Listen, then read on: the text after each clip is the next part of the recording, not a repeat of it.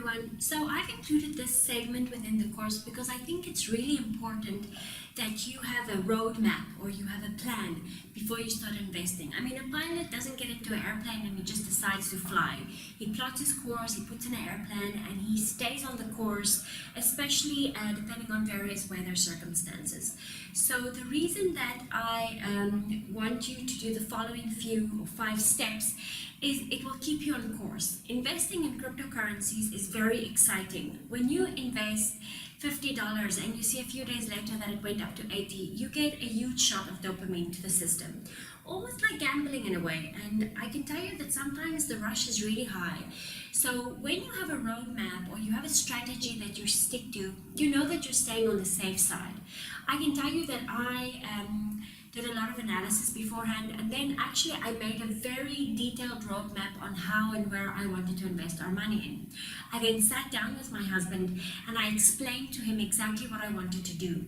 I also went through the following questions that I have with you, that I went through with him, and together I we had an agreement on what we're going to do, and I had someone to bounce my ideas off. It's always good that when you are in a relationship or when you are married, that you support each other in these types of things. So here with 5 things that I want you to think about before you get started. First and foremost, I want you to do a roadmap. I want you to have a look at your financial situation and understand really where you are at the moment. Do you have additional money to invest? How much money would you like to invest? Do you want to have a phase 1 and a phase 2 where you start small and then you can add an additional investment? Are you going to break the bank should you invest some money in cryptocurrency? If you lose this money, would you be okay with it? So sit down, really make a detailed analysis on whether you have enough money lying around for investment and whether you would really want to go ahead and do this investment in cryptocurrencies. Second of all, do your aversiveness to risk. So a risk assessment. Are you willing to take high risk, medium risk, or low risk with your investment? There are various levels of risk, various things can affect the market, but it's always good to understand that you kind of know what you're going into. Remember that high risk usually also gives high reward, but with any investment you can always lose your money. So you have to really make sure that you're willing to gamble big, or to gamble medium, or to gamble low. So I can tell you my portfolio, for example, has a few high risk items, but a lot of the medium and low risk. So this is also money that I knew that if I lost it, it would be fine.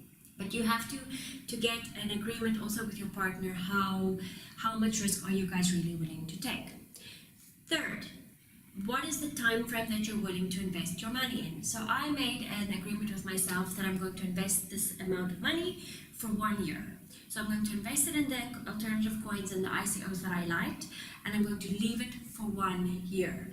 So I don't need this money beforehand. If, for example, my car broke down, I knew that I wouldn't have to touch this money. So you need to really have a look at the amount of money that you can put aside and for how long you would be fine to put it aside.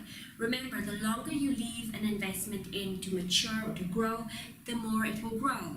So you have to make this decision by yourself. Obviously, you can take the money out whenever you want. It's totally your decision, but it's always good to kind of have a better indication of how long you want to keep the money in.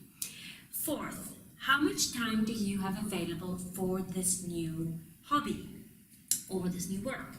So I can tell you with some of the investment strategies, I'll show you they're basically ones-offs. You do it and you leave it and you just check in all the time. Some of the investment strategies are more hands-on. Some of them, which I'm not going to cover in this course, this will be a next course, is something that you need to dedicate a few hours every single day. So I don't have the time now to dedicate a few hours every single day to cryptocurrencies or to trade stock on a daily basis or things like that. So this is something that you'll have to ask yourself as well. There's a lot of different ways how to make income with cryptocurrencies, and you need to find the one which is best for you based on the available time that you have. A lot of people do get into cryptocurrencies while they have other jobs, and then they kind of make the difference and they leave their job and they focus on cryptocurrency. So this is another way of looking at it, but we're not going to cover it in this course. Last but not least, how diverse do you want your portfolio? So as I said before, a diverse portfolio can consist of various things. It can be, for example, whether you want a lot of high risk and very small amount of low risk, whether you want more ICOs than alternative coins, whether you want to go for the big coins or for the newer coins that's coming up. So I personally believe in having a diverse portfolio so that it kind of, don't put all your eggs in one basket. So these are the 5 few things that you need to sit down and ask yourself